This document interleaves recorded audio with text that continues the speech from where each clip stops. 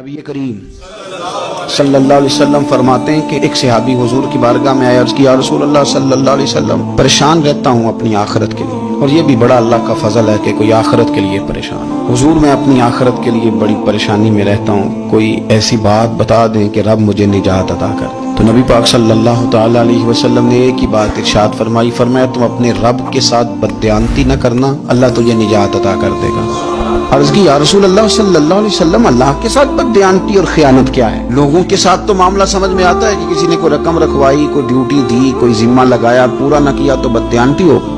अल्लाह के साथ बददियानती का माना क्या है?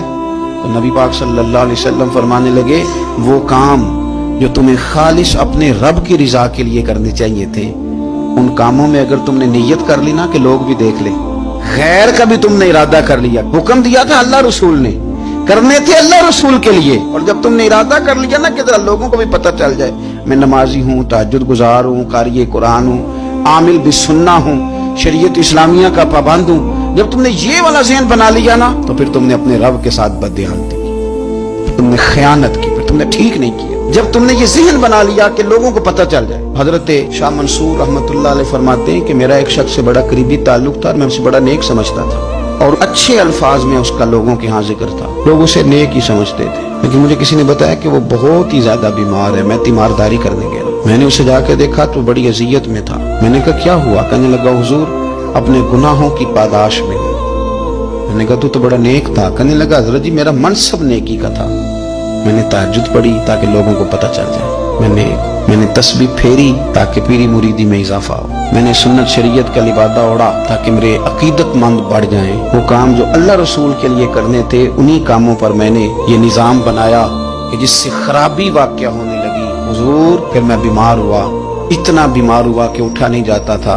एक दिन फिर मैंने कुरान शरीफ मंगाया और मंगा करके अपने सहन में बैठकर कुरान बुलंद करके कहा, अल्लाह मुझे इसके सदके शिफा दे दे।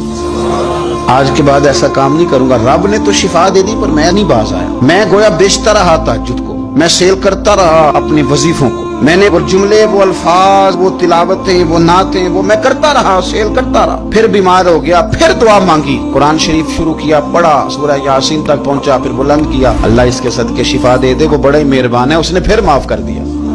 लेकिन हुजूर इसकी बार ये हुआ है कि मैंने कई दफे माफी मांगी, कई दफे तोड़ी, अब मैंने फिर वही काम किए लोगों को दिखाने के लिए, लोगों को राजी करना। हमारे पल्ले कुछ भी नहीं बचता, जो कुछ है वो दूसरों को दे डाला। इसलिए नबी पाक अलैहिस्सलाम फरमाते हैं, क़यामत के दिन अल्लाह ताला कुछ लोगों से फरमाएगा जिनको दिखाने के लिए नमाजें पढ़ते थे, जाओ उनसे जाके अजर मांगो। जिनको दिखाने के लिए तुमने सदकात किए, उनसे कहो तुम्हें अजर दें। जिनको दिखाने के लिए तुमने रोजे रखे, उनसे कहो तुम्हें अजर दे। वो जो तुमने लिबादे ओढ़े ना और बड़ा कुछ तुम बने कि मैं दाढ़ी वाला, मैं पगड़ी वाला, मैं जुब्बे वाला, जिनको दिखाने के लिए किया, जाओ जाके उनसे अजर लो, मैं तो तुम्हें उस चीज का अजर दूंगा जो तुमने खालिस मेरे लिए किया। तो वो शख्स कहने लगा, हुजूर अब मेरी ये कैफियत है कि इस दफा मैं कुरान मंगाता हूँ, पढ़ने की कोशिश करता हूँ, पर मेरी जुबान पे जारी नहीं होता, आप मेरे लिए दुआ फरमा दें। कहते मैं भी रोया, वो भी रोया, अभी मैं उस बस्ती से बाहर नहीं निकला था कि उस शख्स का इंतकाल हो गया, वो चला गया। आज तक परेशान हूं कि मालिक बंदा नवाजी फरमा, थोड़ा सा अपने लिए भी हमें कुछ करना, हमें गौर करना है कि ये काम करते वक्त मेरा इरादा क्या है, इस काम से मेरा मकसूद क्या है, और जिस इरादे से मैं कर रहा हूं फिर उसका नतीजा क्या है। अगर इसी तरह उलझ गए, मैं कहता हूं कि हमने दावते वलीमे भी खाए, और हम मंगनी में भी गए, और हम बारात में भी गए, और हम जनाब सियासी मीटिंग में भी गए, किस लिए कि दुनियादारी ठीक रहे। ये सारे काम दुनिया के लिए कर लिए थे, तो अब नमाजें तो ना दुनियादारी के लिए पढ़े। ये सारा कुछ हो गया था ना दुनियादारी के लिए, तो अब दाढ़ी, हज, ज़कात का मामला तो दुनियादारी के लिए न करें।